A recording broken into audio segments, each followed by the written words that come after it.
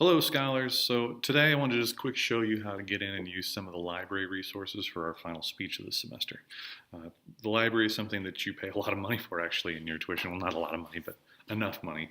And being able to utilize that resource can be a pretty big deal for you as you're working on not just presentations for our class, but also papers and presentations for your other classes and some other stuff that will be following you around later on in life.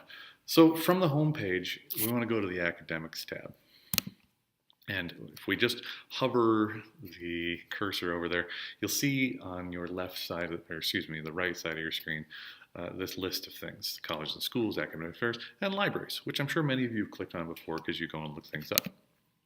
Now, specifically, when we get to this tab, we're going to go and look at the databases, because normally when you go to the library, you're looking up specific books to go and find that, but I want you to get online and start finding some academic reviewed items.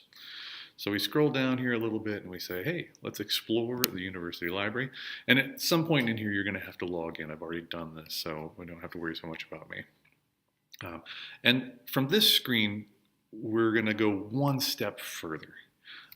Because instead of just saying, let's search for articles, books, and journals, we want to go to specific articles and do that by going to our online databases A through Z. So we click on this and we end up actually with 204 databases that you can look through. And this is a repository of academically peer-reviewed journals, newspaper articles, magazine articles, advertisements, different books. And so many of these things will actually bring you to a whole list of amazing resources.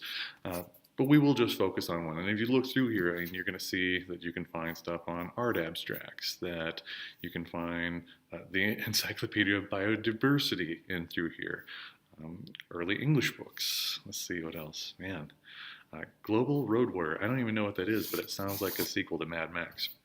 But up at the top is where we're at, and we're looking for Academic Search Complete. This is a really great article that looks at academic work that people like myself and other scholars that teach you have published, and hopefully someday some of you. And we click in there. Oh, there's our sign-in spot right there. Perfect. If we click in there, it takes us to what's called EBSCOhost, which is part of Academic Search Complete, and you can start searching for things. And it looks like a sort of a complicated thing right here, but really up at the top is where we're going to start, and all you need to do is type in a search term for your speech. So let's say that you are interested in talking about, well, for instance, I talk a lot about pet adoption when I do academic speaking and when I go out and speak in public. And as soon as I start typing this in, I get a whole list of things we can look at, from just plain pet adoption to more specific things like pet adoption benefits, pet adoption versus bullying, advantages.